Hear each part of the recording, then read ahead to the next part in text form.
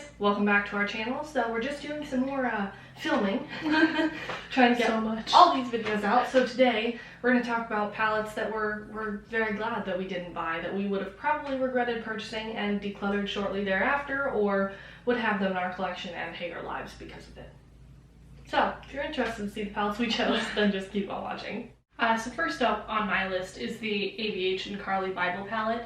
Not only because we don't support ABH, I'm just going to omit that as a factor for the moment, because I thought, like, based on the swatches that I saw, they looked like textured, like the shimmers in there looked so beautiful and like fairy-like, and then I saw a bunch of reviews on it and people were like, it's not good, and a lot of the shimmers looked very similar, and there's not a lot of depth in the palette either, which is something that I really look for in palettes.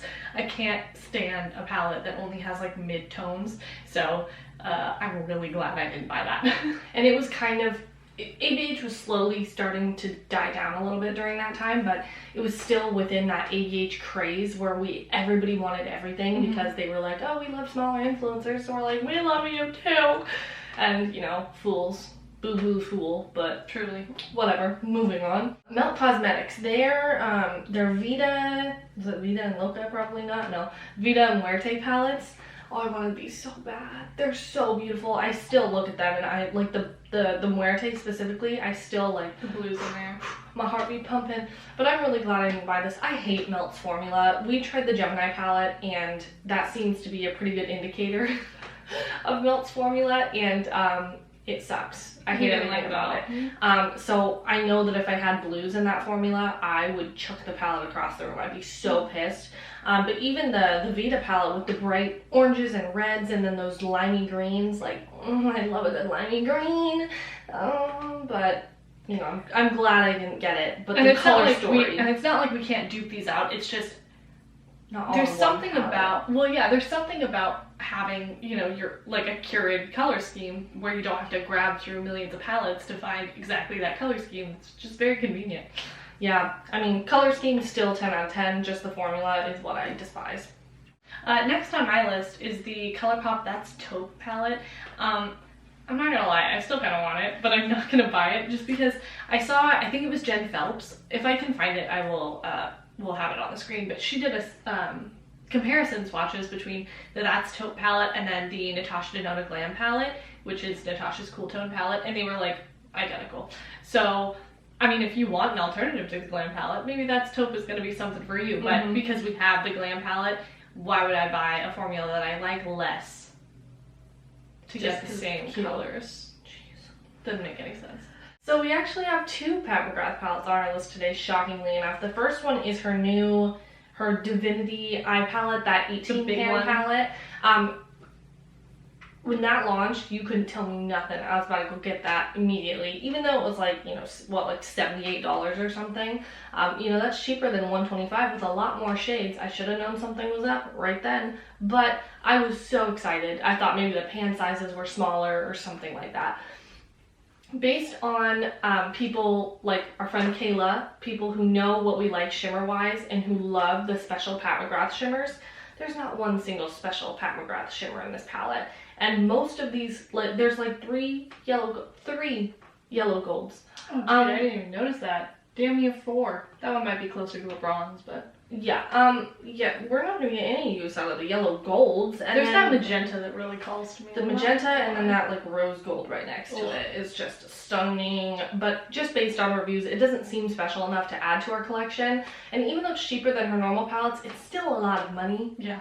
So we passed on it, and I really don't have any regrets with that. I haven't like seen people use it and been like, like it's just kind of lackluster compared to her other stunning formulas. Yeah, and I also saw, I think it was also Jen Phelps, she does really good swatches, like comparison swatches. She did comparison swatches from that palette to the ABH and Jackie Aina palette.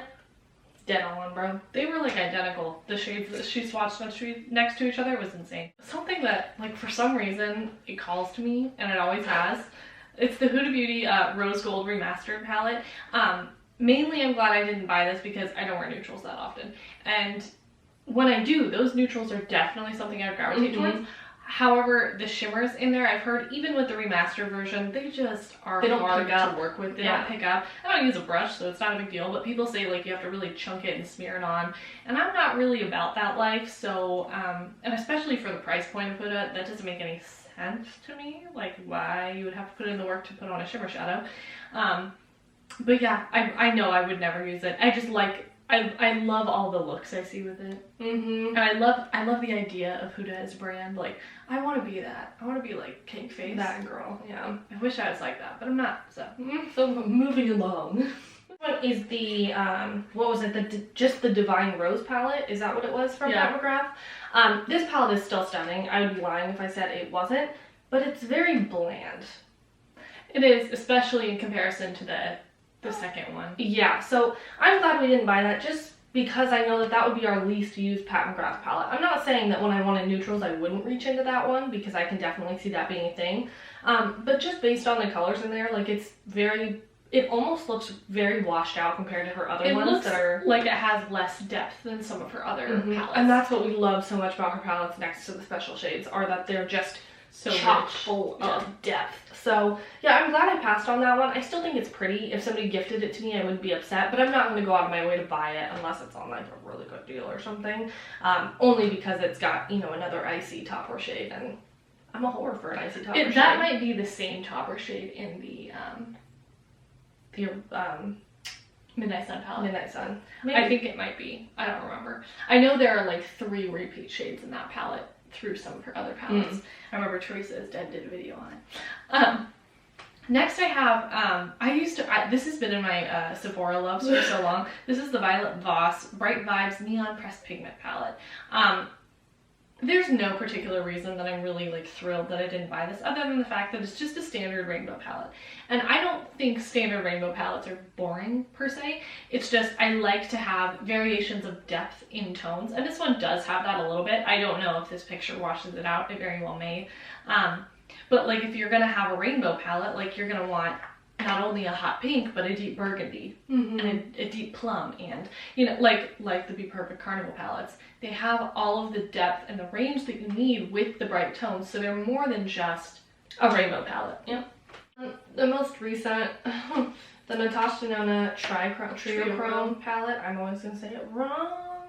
I'm so glad I didn't buy this. I was really tempted because I, you know, buy everything Natasha Denali, and I'm trying to get it out of my head that every time Pat McGrath or every time Natasha Denali launches something, we don't need it.